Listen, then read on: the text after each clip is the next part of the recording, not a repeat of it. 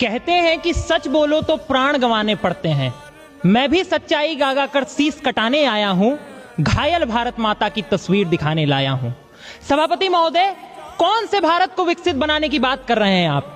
वो भारत जहां पिछले 5 वर्षों में महज 1160 केसेस का हवाला देकर इस देश की पार्लियामेंट्री कमेटी को यूजीसी लाना ज्यादा महत्वपूर्ण लगा, परंतु उसी दौरान 1,55,000 महिलाओं के साथ रेप हो जाने के बावजूद, जिसमें हमारे पटना की नीट छात्रा और छपरा की नाबालिग छात्रा भी शामिल रही, बजट से महिला सुरक्षा को 0.02% भी देना महत्वपूर्ण नहीं समझा गया। या उस भारत की जहां गरीब इतना गरीब और अमीर इतना अमीर होता चला गया क्योंकि डायरेक्ट टैक्सेस का महज 3.1% कॉर्पोरेट और 3.5% मिडिल क्लास को भरना पड़ रहा है।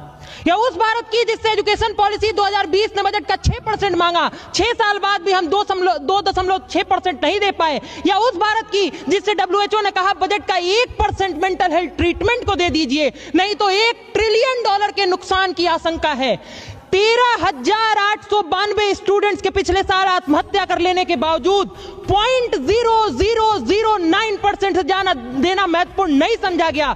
कौन से भारत को विकसित बनाने की बात कर रहे हैं आप? उस भारत की जहां एक तरफ AVGC कंटेंट क्रिएटर्स लैब, खेलो India mission, India semiconductor mission 2.0 जैसी शानदार योजनाएं बजट का हिस्सा बनाई गई, या उस भारत की जिसे खंडों में बांटा गया, अल्पसंख्यकों को 3400 करोड़, दलितों को 6300 करोड़, पिछड़ों को 2500 करोड़ और आदिवासियों को 15,000 करोड़। या उस भारत की जहां पिछले साल के बजट से जल जीवन मिशन को मिले 67,000 करोड़, खर्च हुए महज 17,000 करोड़। अनुसूचित जाति अभ्युदय योजना को मिले 2140 करोड़, खर्च हुए महज 740 करोड़। और 20% सांसदों ने तो अपना भारत इतना विकसित कर लिया कि अपनी सांसद निधि का 1 रुपया भी खर्च नहीं कर पाए। इतना भी विकसित भारत नहीं बनाना था महोदय।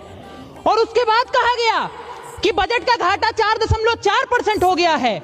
सभापति महोदय, मेरी तो यह समझ में नहीं आता कि हमने खर्च के लिए दिए 100 रुपए, खर्च हुए 40 रुपए, 60 का तो फायदा होना चाहिए था, 64 का नुकसान कैसे हो गया? ये इस सदन के सामने सबसे बड़ा प्रश्न है। सार यही है कि we are too far from where we started but not still even close to where we want to be, and hence a truly Viksit Bharat will not be built upon slogans, Mr. Chairman, not upon budgetary speeches or rhetoric symbolism, but on delivery that reaches the last citizen of India. Because turning promises into reality is not a favor, Mr. Chairman. It is not even a choice. It is our kartavya, your kartavya, and the kartavya of the duly elected governments in India for Viksit Bharat at 2047. Thank you, Mr. Chairman and Madam Chair. Jai Hind.